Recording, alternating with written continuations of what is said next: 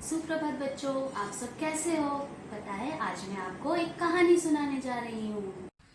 इस महल में एक लालची राजा रहता था। उसके राज्य में प्रजा बहुत खुश थे। राजा भी खुश तो था, मगर संतुष्ट नहीं। उसे अपने खजाने को हमेशा भरा रखना था। इस बात से परेशान होकर राजा ने अपने पंडित की सलाह ली। पंडित ने राजा से कहा, महाराज, अगर आप दिन रात पूजा करेंगे तो भगवान आपकी पूजा से खुश होकर आपको वरदान देंगे। यह सुनकर राजा उसी दिन से पूजा में लग गया और एक दिन उसकी पूजा से खुश होकर भगवान आए। भगवान ने कहा, आंखें खोलो बेटा, मैं तुम्हारे पूजा से बहुत खुश हूँ। कहो, तुम्हें क्या चाहिए?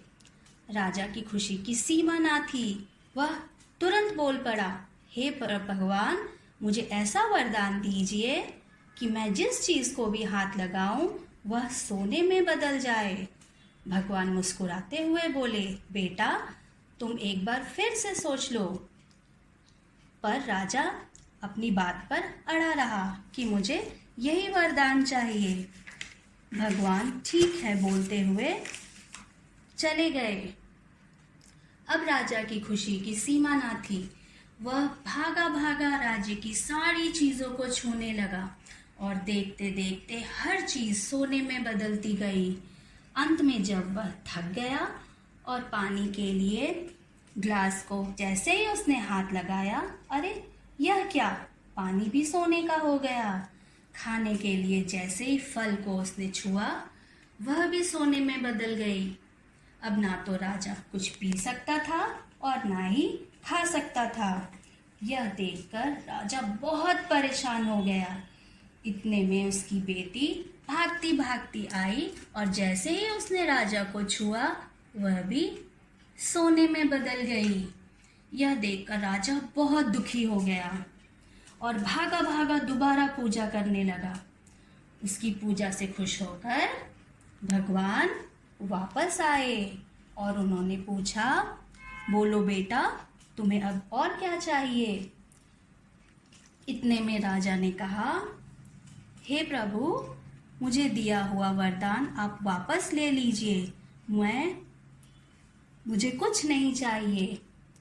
भगवान ने कहा, मैंने तुम्हें पहले ही कहा था, अपने बात पर विचार कर लो, पर तुम नहीं माने। राजा ने कहा, हाँ हाँ भगवान, मैं समझ गया। उस वक्त मैं धन के लालच में अंधा हो गया था। मुझे माफ़ कर दीजिए और अपना वरदान आप वापस ले लीजिए। भगवान को उस पर दया आ गई। उसने कहा, ठीक है, जाओ, तुमने जिन जिन चीज़ों को हाथ लगाया है उसे वापस छुओ तो वह अपने पहले के रूप में आ जाएंगी। राजा भागा भागा सारी चीज़ों को छूने लगा और देखते देखते सारी चीज़ें अपने पहले के रूप में बदलती गई। फिर राजा ने जैसे ही अपनी बेटी को छुआ, वह भागी भागी राजा के गोद में आ गई और राजा उसे अपने गोद में भरकर ढेर सारा प्यार करने लगा। राजा ने दोनों हाथ जोड़कर भगवान का धन्यवाद किया और दोनों हंसी खुशी से रहने लगे। तो बताओ बच्चों, आपको ये कहानी कैसी लगी? अच्छी ना? क्या हमें इस लालची राजा की तरह लालच करनी चाहिए? बिल्कुल नहीं। हमारे पास जितना है उसी में हमें खुश और संतुष्ट रहना चाहिए और हमेशा मुस्कुराते रहना चाहिए। ठीक है बच्चों?